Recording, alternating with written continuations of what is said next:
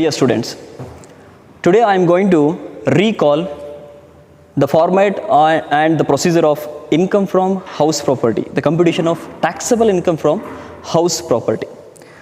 Actually, we already discussed on this, and also we have solved so much of the problems, and also in internal exams we have got some of the problems also we have solved.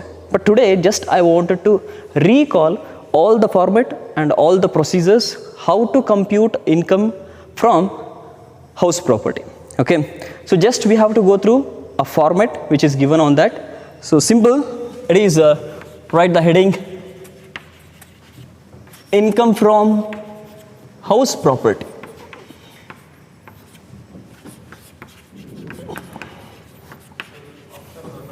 So as usual, we know that income from house property, it is also one of the head from the five sources head ಆಗಿರುತ್ತೆ.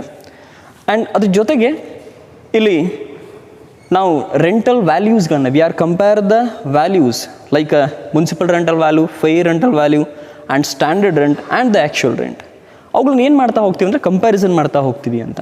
S, so ನೇರವಾಗಿ format ಬಗ್ಗೆ discussion ಮಾಡೋಣ. ಅದಾದಮೇಲೆ there is a types of properties, ಅವುಗಳ ಬಗ್ಗೆ ಸ್ವಲ್ಪ discussion ಮಾಡೋಣಂತೆ. ಇನ್ನು format ನೋಡೋದಾದರೆ ಸ್ಟೆಪ್ 1 ಅಂತ ಬರುತ್ತೆ. ಸಿಂಪಲ್ ಅಂದರೆ ತುಂಬಾ ಈಸಿಯಾಗಿ ನಮ್ಗೆ ನೆನ್ಪಿಡೋದಕ್ಕೋಸ್ಕರ ಅದು ಹೆಲ್ಪ್ ಆಗಲಿ ಅನ್ನೋ ಕಾರಣಕ್ಕೆ ಆ ರೀತಿ ಮಾಡ್ತಾ ಹೋಗ್ತಿರುವಂಥದ್ದು. ಸ್ಟೆಪ್ 1 ಇದೆ. ಸೊ ಸ್ಟೆಪ್ 1ಅಲ್ಲಿ as usual we know that municipal rental value is compared with fair rental value, ಹೌದಾ? So municipal rental value or fair rental value.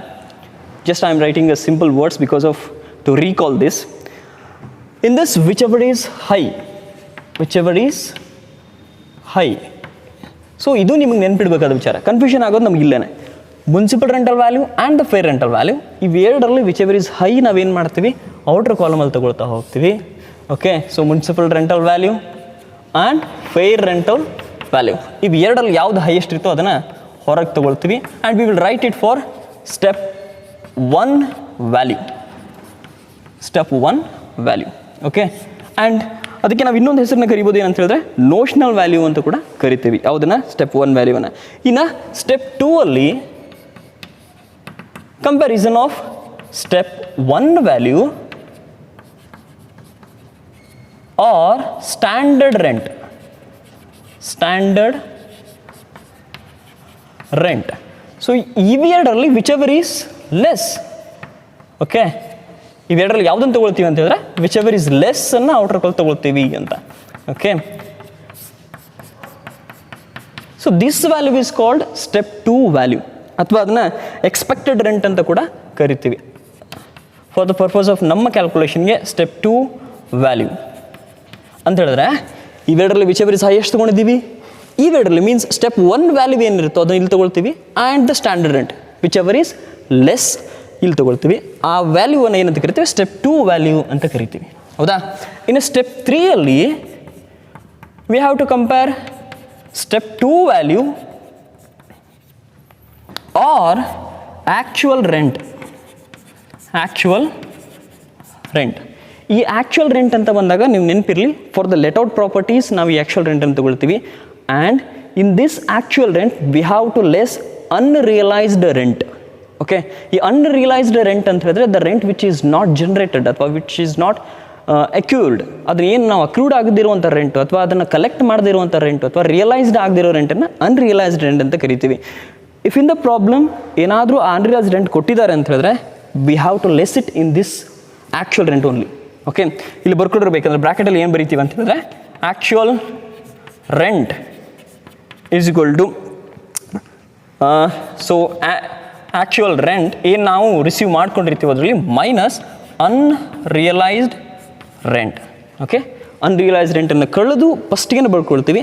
And after that these are going to be compared ಇವೆರಡರಲ್ಲಿ whichever is high. Okay, so ಅವೆರಡು ಅಮೌಂಟನ್ನು ನೋಡ್ತೀವಿ.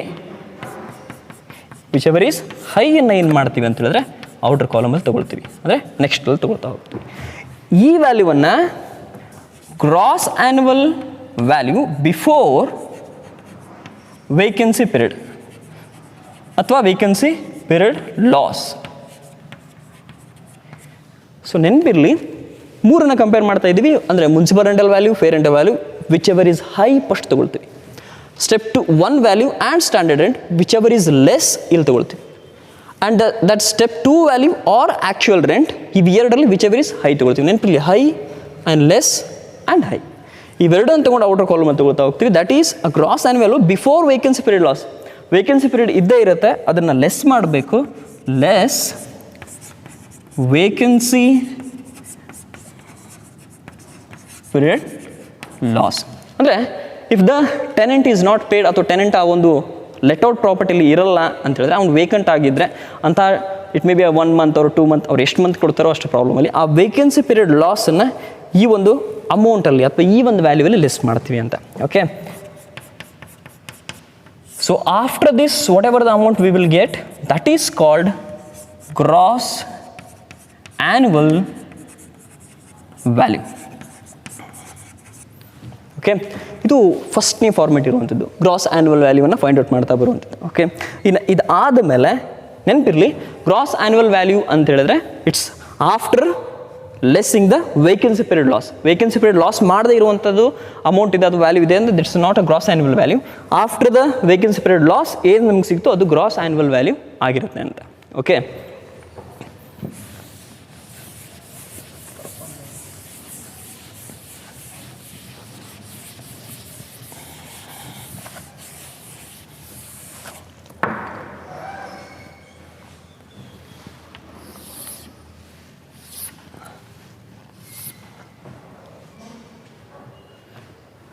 And next, gross annual value ಅನ್ನು find out ಮಾಡಿ ಆದಮೇಲೆ we have to go for calculation of net annual value.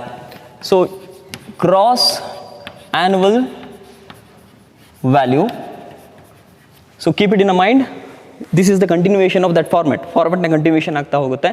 R he may be asked to calculate only a gross annual value or only a net annual value. So gross annual value ಅನ್ನು ಇಲ್ಲಿ ಬರ್ಕೊಂಡಿರ್ತೀವಿ, outer ಕಾಲಮಲ್ಲಿ ಇರುತ್ತೆ.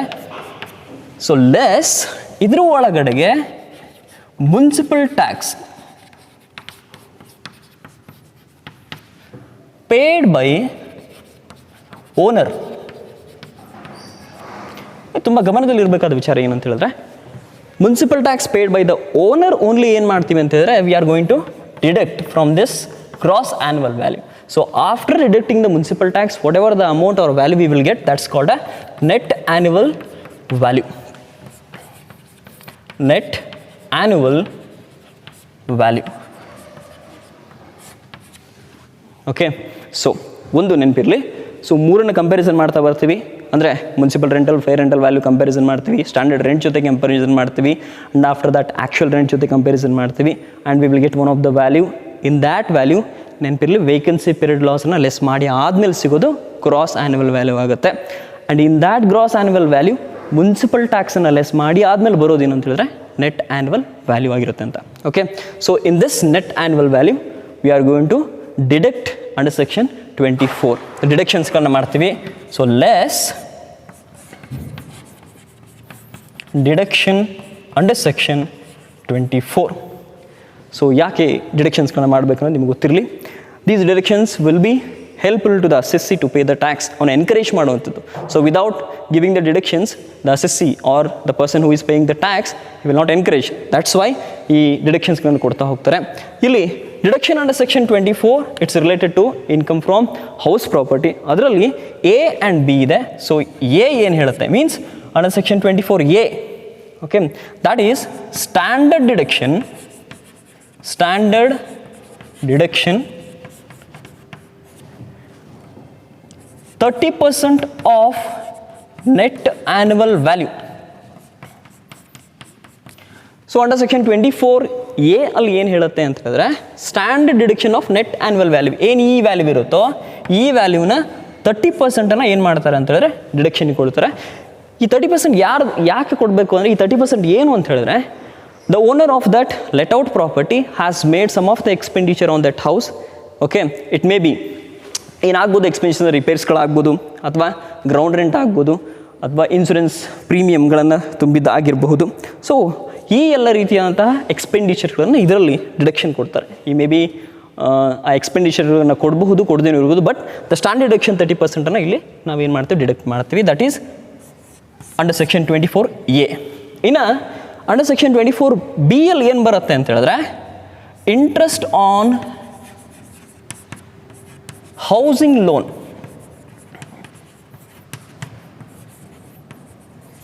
So for the purpose of construction, renovation, repair or acquisition, if he has taken any loan, ಆ ಲೋನಿಗೆ ಅವನು interest ಕೊಡ್ತಾ ಇದ್ದಾನೆ ಅಂತಂದರೆ ಆ ಇಂಟ್ರೆಸ್ಟಿಗೆ ಏನಿರುತ್ತೆ, ಸಮ್ ಆಫ್ ದ ಅಮೌಂಟ್ ಏನಿರುತ್ತೆ ಎಕ್ಸಮ್ಟ್ ಇರುತ್ತೆ. ಓಕೆ, ಅಥವಾ ಡಿಡಕ್ಷನ್ ಕೊಡ್ತಾ ಹೋಗ್ತಾರೆ. ಅದರಲ್ಲಿ ಇಂಟ್ರೆಸ್ಟ್ ಆನ್ ಹೌಸಿಂಗ್ ಲೋನ್ 2 ರೀತಿ ಬರ್ತವೆ. ಅದು ಪ್ರೀ ಕನ್ಸ್ಟ್ರಕ್ಷನ್ ಇಂಟ್ರೆಸ್ಟ್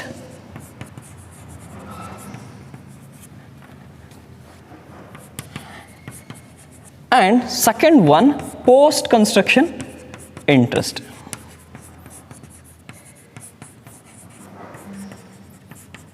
ಓಕೆ, ಈ ಪ್ರೀ ಕನ್ಸ್ಟ್ರಕ್ಷನ್ ಇಂಟ್ರೆಸ್ಟ್ ಮತ್ತು ಪೋಸ್ಟ್ ಕನ್ಸ್ಟ್ರಕ್ಷನ್ ಇಂಟ್ರೆಸ್ಟ್ ಬಗ್ಗೆ ನಾವು ಮತ್ತೆ ನೆಕ್ಸ್ಟ್ ಸ್ವಲ್ಪ ಮುಂದುವರೆದು ನೋಡೋಣಂತೆ.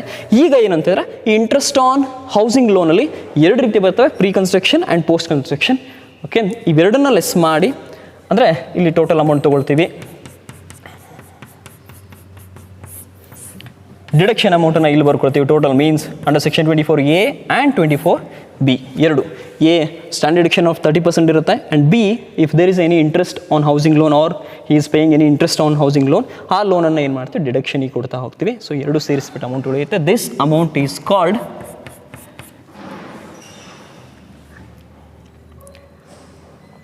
not a fully taxable, actually it is one of the amount taxable income. Taxable income. ಯಾಕೆ ಇದನ್ನು ನಾನು ಟ್ಯಾಕ್ಸಬಲ್ ಇನ್ಕಮ್ ಅಷ್ಟೇ ಬರದೆ ಅಂತ ಹೇಳಿದ್ರೆ, if there is any arrears, ಯಾವುದಾದ್ರು ಅರಿಯರ್ಸ್ಗಳು ಉಳ್ಕೊಂಡಿದೆ ರೆಂಟ್ ಪೇಮೆಂಟ್ ನೋಡ್ಬೇಕಾದ್ರೆ, ಅದು ಈಗೇನಾದರೂ ರಿಸೀವ್ಡ್ ಆದರೆ ಅದನ್ನು ಇಲ್ಲಿ ಆ್ಯಡ್ ಮಾಡ್ತೀವಿ. ಓಕೆ, ಅದರ ಜೊತೆಗೆ if there is any unrealised rent is recovered, ನೆನಪಿರಲಿ, ಅನ್ರಿಯಲೈಸ್ಡ್ ರೆಂಟ್ ಅಂತ ಹೇಳಿದ್ರೆ ಲಾಸ್ಟ್ ಟೈಮಿಗೆ unrealised it is not generated, ಅಥವಾ ನಮ್ಗೆ ಅದು ರಿಸೀವ್ ಮಾಡೋಕ್ಕಾಗಿಲ್ಲ, ಅಂತಹ ರೆಂಟ್ ಈಗ ರಿಸೀವ್ ಆದರೆ, even though that property is not belonging to that owner, ಈಗಿನ ಸಮಯದಲ್ಲಿ ರಿಕವರ್ ಆದಾಗ ಅದು ಅವನಿಗೆ ಓನರ್ ಸಂಬಂಧ ಇಲ್ಲದೇ ಇದ್ದರೂ ಕೂಡ he has to take it as a taxable amount ಅಂತ. ಸೊ ಅದನ್ನು ಇಲ್ಲಿ ತೊಗೊಳ್ತೀವಿ. ಆ್ಯಂಡ್ ಉಳಿಯುವಂಥ ಅಮೌಂಟ್ ಏನಿರುತ್ತೆ, taxable income from house property. Okay, ಇದು ಫಾರ್ಮೆಟು. ಈ ಫಾರ್ಮೆಟ್ ಬಗ್ಗೆ ಸ್ವಲ್ಪ ಡಿಸ್ಕಷನ್ ಮಾಡಿದ್ದೀನಿ, ಯಾಕಂತ ಹೇಳಿದ್ರೆ ಒಂದು ಸಲ ರೀಕಾಲ್ ಮಾಡೋದಕ್ಕೋಸ್ಕರ ಅಂತ.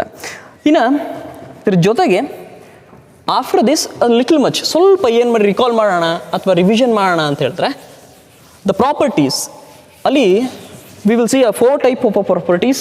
ಇನ್ ದ್ಯಾಟ್ LOP ಸಿಂಪಲ್ ಆಗಿ ನೋಡ್ತಾ ಹೋಗೋಣ, SOP, DLOP ಆ್ಯಂಡ್ ಪಾರ್ಟ್ಲಿ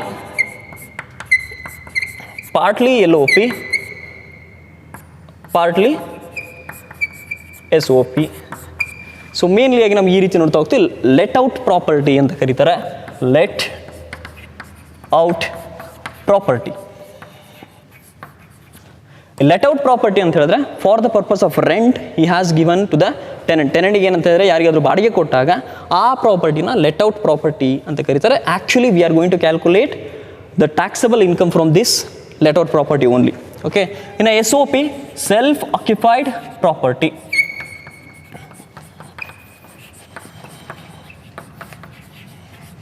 ಈ ಸೆಲ್ಫ್ ಆಕ್ಯುಪೈಡ್ ಪ್ರಾಪರ್ಟಿ ಅಂದರೆ the assessee R the owner is using that house for the purpose of his residence.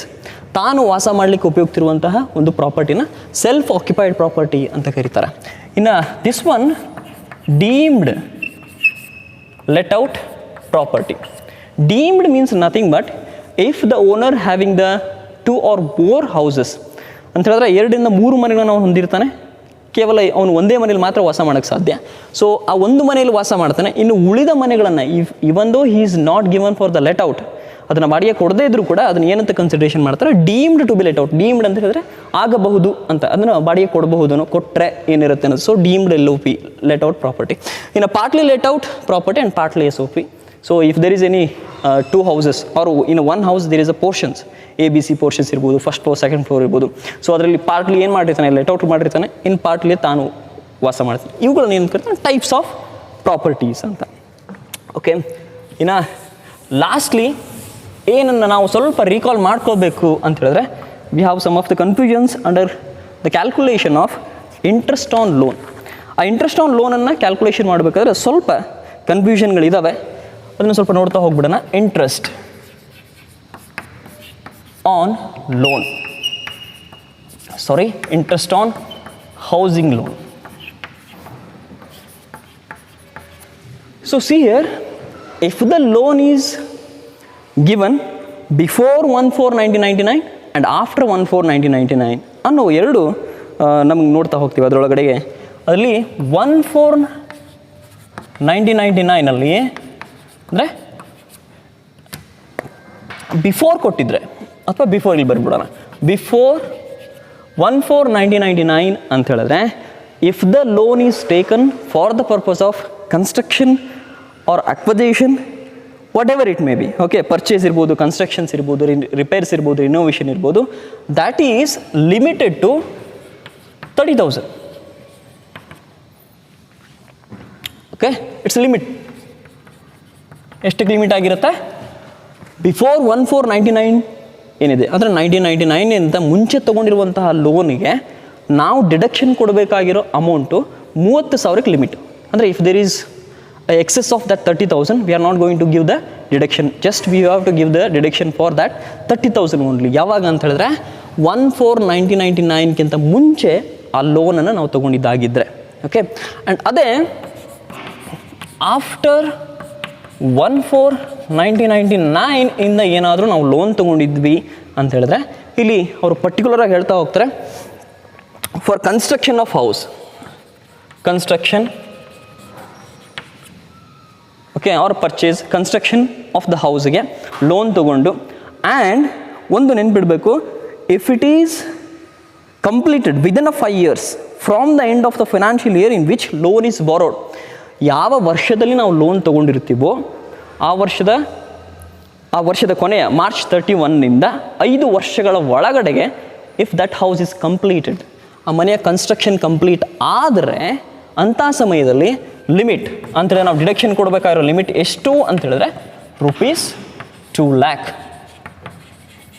ಅಂದರೆ what ever the interest we have calculated, ಆ calculated interest ಅಂದರೆ after 1/4/1999 ತೊಗೊಂಡಿರುವಂಥ ಲೋನಿಗೆ construction ಪರ್ಪಸ್ಗೆ loan ತೊಗೊಂಡಿರ್ತೀವಿ, ಅದಕ್ಕೆ interest ಏನಾದರೂ 2 lakh ಒಳಗಡೆಗೆ, ಅಂದರೆ ಅಲ್ಲಿವರೆಗೂ ಮಾತ್ರ ಡಿಡಕ್ಷನ್ ಕೊಡ್ಬೋದು, ಅದಕ್ಕಿಂತ ಜಾಸ್ತಿ ಕೊಡೋಕ್ಕೆ ಸಾಧ್ಯ ಇಲ್ಲ ಅಂತ. ಯಾವುದು? ಆಫ್ಟರ್ 1/4/1999 ಏನು ಅಂತಂದರೆ ಇಲ್ಲಿ ನೆನ್ಪಿಡ್ಬೇಕಾಯ್ತು, it must complete within 5 years. ಅಂದರೆ ಲೋನ್ ಬಾರೋ ಮಾಡಿದ ಡೇಟ್ ಅಥವಾ ಆ ವರ್ಷದ ಕೊನೆಯ ಮಾರ್ಚ್ 31 5 ವರ್ಷಗಳವರೆಗೆ.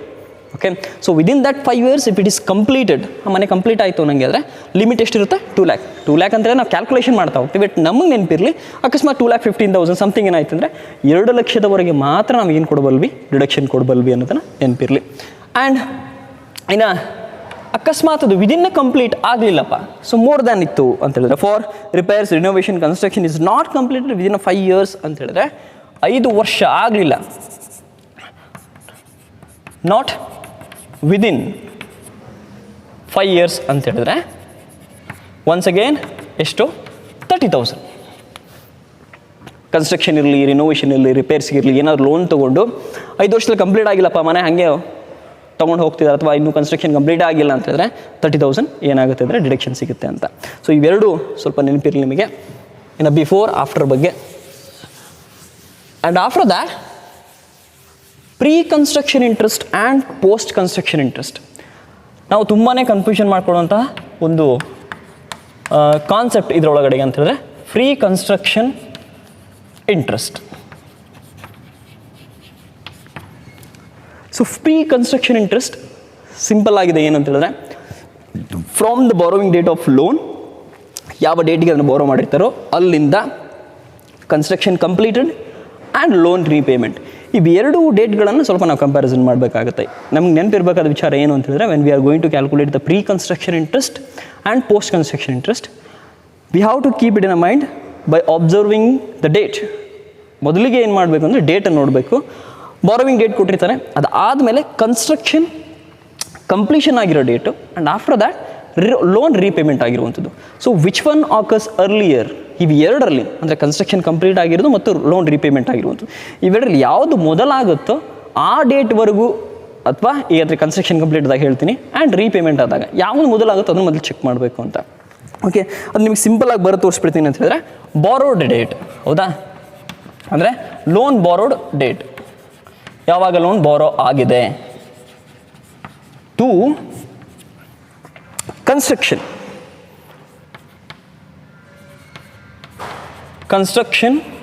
completed, repayment of loan. So weirdly, which one occurs earlier?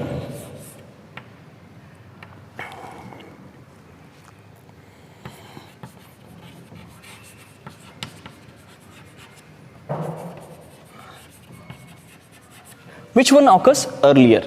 Okay, ಬಾರೋ ಡೇಟ್ ನಮ್ಗೆ ಗೊತ್ತಿರುತ್ತೆ, ಕನ್ಸ್ಟ್ರಕ್ಷನ್ ಕಂಪ್ಲೀಟ್ ಆಗಿರೋ ಡೇಟ್ ಕೊಡ್ತಾರೆ ಆ್ಯಂಡ್ ರೀಪೇಮೆಂಟ್ ಆಫ್ ಲೋನ್. ಇವು ಎರಡರಲ್ಲಿ ಯಾವುದು ಮೊದಲಾಗುತ್ತೆ ಅನ್ನೋದನ್ನ ಗಮನ ಇರಿಸಬೇಕು. ಓಕೆ, ಅಕಸ್ಮಾತ್ ಕನ್ಸ್ಟ್ರಕ್ಷನ್ ಕಂಪ್ಲೀಟ್ ಮೊದಲ ಆಯಿತು ಅನ್ನೋದಾದರೆ construction complete, if it is first, ನೆನಪಿರಲಿ ಯಾವ ಡೇಟಿಗೆ ಅವ್ನು ಕಂಪ್ಲೀಟ್ ಆಗಿರುತ್ತೆ, ಇಟ್ ಮೇ ಬಿ ನಾನು ಹೇಳ್ತಾ ಹೋಗ್ತೀನಿ ಅಂತ ಹೇಳಿದ್ರೆ ನಿಮಗೆ ಅದು 12/1/2018 ಆಗಿದೆ ಅಂತ ಅಂದ್ಕೊಳ್ಳೋಣ.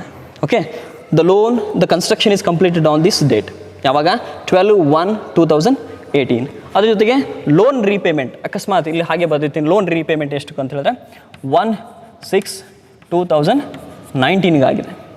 ಓಕೆ, ಸೊ ಇಲ್ಲಿ ನೋಡ್ರಿ ಕನ್ಸ್ಟ್ರಕ್ಷನ್ ಕಂಪ್ಲೀಟ್ ಆಗಿರೋದು 12/1/2018, ಆರಾಮ್ಸೆ ನೋಡ್ತಾ ಹೋಗ್ರಿ. And repayment of loan 1/6/2019. ಇವೆರಡರಲ್ಲಿ which one is occurs first? Absolutely 12/1/2018. Okay, 18 and 19 ಇದೆ. ಸೊ ಇದು ಕಂಪ್ಲೀಟ್ ಫಸ್ಟ್ ಆಗಿದೆ ಅನ್ನೋದಾದರೆ ನಾವು ಎಲ್ಲಿವರೆಗೂ ಪ್ರೀ ಕನ್ಸ್ಟ್ರಕ್ಷನ್ ಅಂತ ತಗೊಳ್ಬೇಕು ಅನ್ನೋದಾದ್ರೆ, ಈಗ ಲೋನ್ ಬಾರೋಡ್ ಹಾಗೆ ಒಂದು ಡೇಟ್ ಇಟ್ಕೊಳ್ಳೋಣ, ಎಕ್ಸಾಂಪಲ್ ಆಗಿ 1/7/2016 ಅಂತ ಇಟ್ಕೊಳ್ಳೋಣ. ಓಕೆ, ಸೊ ನಾವು ತಗೊಳ್ಬೇಕಾದ್ರೆ ಪ್ರೀ ಕನ್ಸ್ಟ್ರಕ್ಷನ್ ಪೀರಿಯಡ್ ಎಷ್ಟು ಅಂತ ಹೇಳಿದ್ರೆ, pre construction period definitely from 1/7/2016 onwards ಅಂತ ಹೇಳಿದ್ರೆ ಅಲ್ಲಿಂದ ಬಾರೋ ಡೇಟಿಂದ ಟು ನೋಡಿ ಯಾವ ಈಗ ಇವೆರಡರಲ್ಲಿ ಇದು ಆಕರ್ಸ್ ಫಸ್ಟ್ ಆಗಿದೆಯಾ 12/1/2018. ಈ ವರ್ಷದ ಅಂದರೆ ಈ ಏನು ಡೇಟ್ ಇದೆ ಈ ಡೇಟಿನ ಹಿಂದಿನ ಅಂದರೆ ಪ್ರೀವಿಯಸ್ ಇಯರ್ನ ಕೊನೆಯ ದಿನದವರೆಗೂ ತೊಗೊಳ್ತೀವಿ, ಆಯಿತಾ. ಸೊ 12/1/2018 ಅಂದರೆ 17/18 ಇಸ್ ಅಸೆಸ್ಮೆಂಟ್ ಇಯರ್ ಆದರೆ ಇದರ ಪ್ರೀವಿಯಸ್ ಇಯರ್ ಆಗಿರುತ್ತೆ 16/17 ಆಗಿರುತ್ತೆ, ಹೌದಾ. ಸೊ ಹಾಗಾದರೆ 31/12/2017 ನಮ್ಗೆ ಏನಾಗುತ್ತೆ ಅಂದರೆ ಪ್ರೀ ಕನ್ಸ್ಟ್ರಕ್ಷನ್ ಇಂಟ್ರೆಸ್ಟ್ ಆಗುತ್ತೆ. ಓಕೆ, ನೆನಪಿರಲಿ 1/7/2016 ಅಂದರೆ 31/12/2017 ನಮ್ಮ ಪ್ರೀ ಕನ್ಸ್ಟ್ರಕ್ಷನ್ ಪೀರಿಯಡ್ ಆಗಿರುತ್ತೆ. ಇಲ್ಲಿವರೆಗೂ ನಾವು ಕ್ಯಾಲ್ಕುಲೇಷನ್ ಮಾಡ್ತೀವಿ and whatever it may be the amount, that amount is to be ಅದೇನೇ ಅಮೌಂಟ್ ಇರಲಿ ಡಿವೈಡೆಡ್ ಬೈ 5 ಇನ್ಸ್ಟಾಲ್ಮೆಂಟ್. ಏನು ಪ್ರೀ ಕನ್ಸ್ಟ್ರಕ್ಷನ್ ಇಂಟ್ರೆಸ್ಟ್ ಬರುತ್ತೋ ಅದನ್ನು 5 ಇನ್ಸ್ಟಾಲ್ಮೆಂಟ್ಗಳನ್ನು ಮಾಡ್ತೀವಿ. ಸೊ ಒಂದು ಇನ್ಸ್ಟಾಲ್ಮೆಂಟಿಗೆ ಏನು ಮಾಡ್ತೀವಿ ನಾವು ಡಿಡಕ್ಷನ್ ಕೊಡ್ತಾ ಹೋಗ್ತೀವಿ. ಅಂದರೆ 5 ಇನ್ಸ್ಟಾಲ್ಮೆಂಟ್ಗಳಲ್ಲಿ ಸಬ್ಸಿಕ್ವೆಂಟ್ ಇಯರ್ಸ್ಗಳಲ್ಲಿ ನಾವು ಅದರ ಇನ್ಸ್ಟಾಲ್ಮೆಂಟನ್ನು ಡಿಡಕ್ಷನ್ ಕೊಡ್ತಾ ಹೋಗ್ತೀವಿ. ಅದರಲ್ಲಿ ಒಂದು ಇನ್ಸ್ಟಾಲ್ಮೆಂಟಿಗೆ ಈ ವರ್ಷ ಡಿಡಕ್ಷನ್ ಕೊಡ್ತಾ ಹೋಗ್ತೀವಿ. ಇದು pre construction interest. Pre construction interest calculation ಮಾಡೋಕ್ಕಿಂತ ಮುಂಚೆ ಒಂದೇ ಗಮನ, ಬಾರೋಡ್ ಡೇಟ್ ಆ್ಯಂಡ್ ಎರಡು ಡೇಟ್ಗಳನ್ನು ಕಂಪೇರ್ ಮಾಡ್ತೀರಾ. ಕನ್ಸ್ಟ್ರಕ್ಷನ್ ಕಂಪ್ಲೀಟ್ ಆಗಿರೋದು ಯಾವಾಗ ಆ್ಯಂಡ್ ರೀಪೇಮೆಂಟ್ ಆಗಿರುವಂಥದ್ದು. ಇನ್ನು ಲೋನ್ ರೀಪೇಮೆಂಟ್ ಆಗಿ ಡೇಟೇ ಮೊದಲಾಗುತ್ತೆ ಅನ್ನೋದಾದರೆ ಎಲ್ಲಿವರೆಗೂ ಲೋನ್ ರೀಪೇಮೆಂಟ್ ಆಗಿದೆಯೋ ಅಲ್ಲಿವರೆಗೂ ಮಾತ್ರ ಏನಿರುತ್ತೆ ಪ್ರೀ ಕನ್ಸ್ಟ್ರಕ್ಷನ್ ಇಂಟ್ರೆಸ್ಟ್ ಇರುತ್ತೆ ಅಂತ. Okay, if it is repayment of a loan is occurs earlier. Okay, ಇವೆರಡು ನೆನಪಿರಲಿ, ಇವೆರಡು ಡೇಟ್ಗಳನ್ನು ನೋಡಿಕೊಟ್ರೆ ಯಾವುದು ಆಕರ್ಸ್ ಆಗುತ್ತೆ ಅನ್ನೋದ್ರ ಬಗ್ಗೆ ನೆನಪಿರಲಿ ಅಂತ. ಓಕೆ, ಇನ್ನು next one post construction interest.